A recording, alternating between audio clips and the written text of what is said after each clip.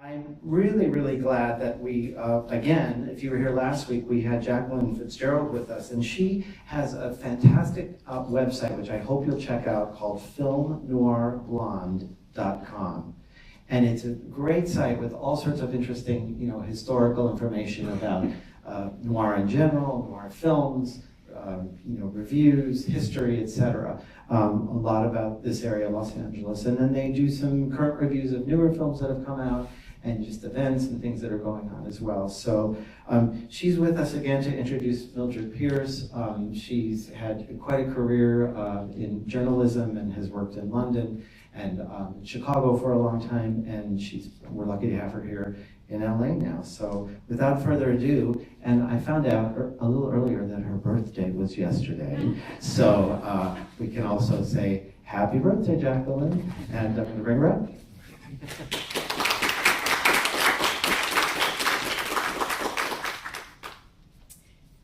Thank you, Corey. That was a great introduction, and thank you everyone for coming out this afternoon. It's great to see everyone here.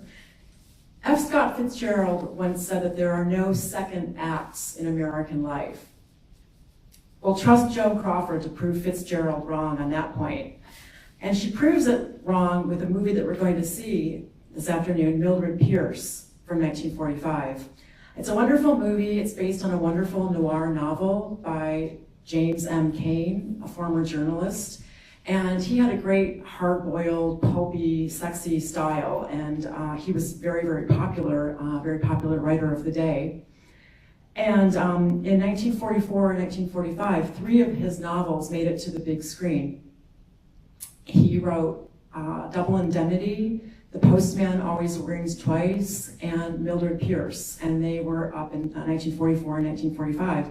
Mildred Pierce was published in 1941. It's the story of a single mother trying to raise her children and fend for them in the Depression. It's set in Glendale.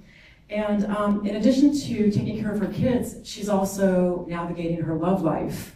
And at the time, that was very controversial, the idea of a single mother having a boyfriend or maybe more than one boyfriend. That was very shocking to the censors. And Joseph Breen from the Production Code Administration described the novel as sordid and repellent. That's quite true. So there was a lot of buzz about this movie. They knew that it was going to be up on the screen fairly soon, and as soon as Joan Crawford read it, she immediately decided that that's what she wanted to do. And she was born to play the part, and she also knew that it was, as I mentioned, sort of her second act. It was a turning point in her career, and she really needed to make a comeback. Just to backtrack a little bit, in June of 1943, at the age of 37, she asked to be released from her MGM contract. And she had been there for 18 years, and she wasn't getting the kind of roles she thought she deserved, and she didn't have any say over the roles that she was made to play. So she negotiated a contract at Warner Brothers for less money, but more say over what parts she would play. So she was at Warner Brothers, and she had passed on several scripts. She did appear at Hollywood Canteen in 1944. But she really lobbied to play Mildred Pierce, and this was her big, splashy comeback role, her second act. And it was the first major Warner Brothers movie that she made. Bette Davis had turned down the part. She was pretty much the reigning queen of Warner Brothers, and she turned it down.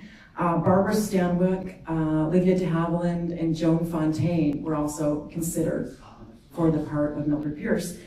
And the studio was eager for her to go forward and make it, and they wanted to, have her make some money and get a picture started, and she was dying to play it. But the director, Michael Curtiz, was adamantly opposed to having her. He heard that she was difficult, and he thought that she was a has-been, and he didn't mind saying so. So he was opposed to it, and he was a high-flying director at Warner Brothers. He had won the Oscar for 1942's Casablanca.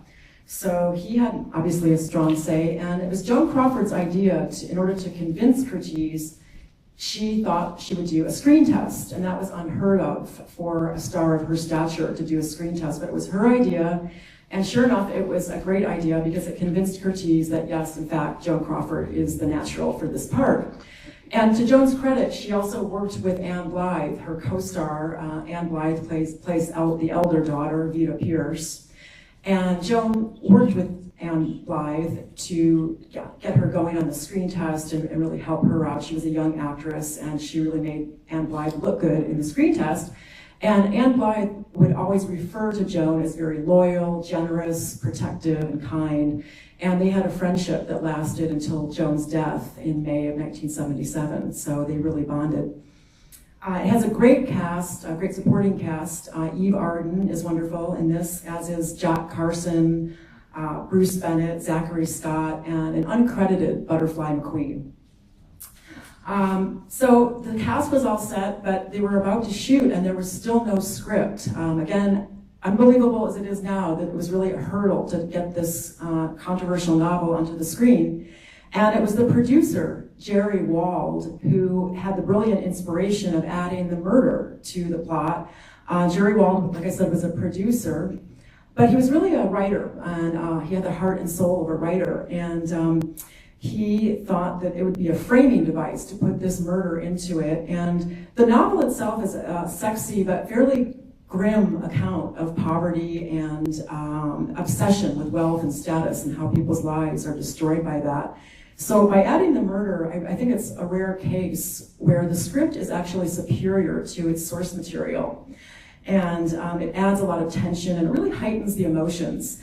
There was a version a few years ago, HBO version that starred Kate Winslet, and it's a great production and a great performance by Kate Winslet, but I do think that the 45 version is better just because it does have that extra element. And there were 8 to 10 writers working on the film, including William Faulkner. But the final credit goes to a man named Ranald McDougall, and he was very popular with Joan Crawford. He went on to do a few more scripts for her. And but by the time they were ready to shoot, there was still no final draft, and it was really a work in progress as the film went on, and a lot of it was improvised on the set. So it really is a mother-daughter saga, but then it's a crime story as well. And I would argue that it's the noir elements, the mise-en-scène, the mood, the lighting, the cinematography, the sets, that really give it that extra complexity and depth, and it helps the material elevate it, raises it above the level of a soap opera or just a straightforward melodrama. And speaking of sets, if you're looking at Mildred Pierce and you think that the Bergamon mansion looks familiar, that's because you saw it last week in The Big Sleep. It's also the Sternwood mansion in The Big Sleep. And Mildred Pierce opens with an unforgettable shot. It's the crime scene, it's the murder crime scene in a beach house. It's very moody and atmospheric, and the beach house actually belonged to the director, Michael Curtiz. And Michael Curtiz was a very prolific Hungarian director and a very strong-willed, dominant personality. And of course, we know Joan was a strong-willed personality. So on the first day, they immediately butted heads. They clashed because he accused her of wearing shoulder pads, and she denied that she was wearing shoulder pads. And so they got in this big fight over it. But they made their peace, and he later had to admit that he had underestimated her, and he was actually very impressed by how hard she worked, and she was willing to put in long hours, and she was very tireless about it. She was involved in the hair and the makeup and the wardrobe, and even Joan was also known for really getting to know all the cameramen and crew and knowing about the technology of the day, and she really felt strongly, and she insisted that Curtiz shoot more close-ups, not only of her, but of her co-star Anne Blythe. Because she felt that the emotional tenor of the material demanded that. And so Curtiz took up the suggestion, and he shot more close-ups. So they did end up to be friends. At the end of the production, she gave him a large gift-wrapped box, and inside was an oversized pair of shoulder pads. So they became friends, and he also directed her in the Flamingo Road from 1949. And Joan was absolutely right. This was a calculated move to get her career back on track, and her performance is a knockout. It's a triumph. It did exactly what she wanted it to do. And it really goes against the grain of the typical Hollywood portrayal of motherhood, which tends to be very sentimental and kind of hackneyed and predictable. And James M. Cain also loved it. He sent her a first edition of the book and said he was eternally grateful for her wonderful portrayal of the character. Joan Crawford described it as a delight, and she said it rescued her from the typical MGM formula that had kind of pigeonholed her. And it was a critical and popular success. Audiences loved it. And Joan said, at MGM, she said, I had become so hidden in clothes and sets that no one could tell whether I had talent or not. And I think this film, if nothing else, really shows that she did have talent. She was a talented actress. She won the Oscar for it. Very famously, she chose not to attend the ceremony. She said she wasn't feeling well. But when she won, she suddenly perked up and she was able to receive the reporters. She put on her best negligee and sat up in bed and received the reporters. The movie is outstanding. It had 6 Oscar nominations in total. Eve Arden and Anne Blythe were also nominated. It also was nominated for Best Picture, Screenplay, and Cinematography. And it's interesting because it lost Best Picture and Screenplay to another very noir-influenced movie of the time, The Lost Weekend by Billy Wilder. And like I said, it did rejuvenate Joan's career. That was what she wanted it to do, and that's what it did. And she went on to maybe 7 or 8 years of a lot of really wonderful parts for her. Strong, complex, memorable roles where she played strong, older women. And she did a number of those roles. And what's really interesting to me is that out of that nice selection of roles that she played, she earned 2 more Oscar nominations. And the Oscar nominations were actually for other film noir titles. They were Possessed from 1947 and Sudden Fear from 1952. And if you haven't seen those, I really would encourage you to see them. They're excellent film noir titles, and they're also outstanding Joan Crawford performances. So that would be it for another day. It's a great double bill. But before that, you're going to see the film noir that kicked off Joan Crawford's winning streak, Mildred Pierce from 1945.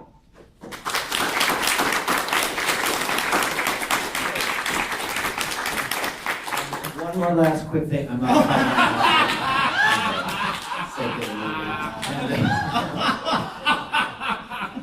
so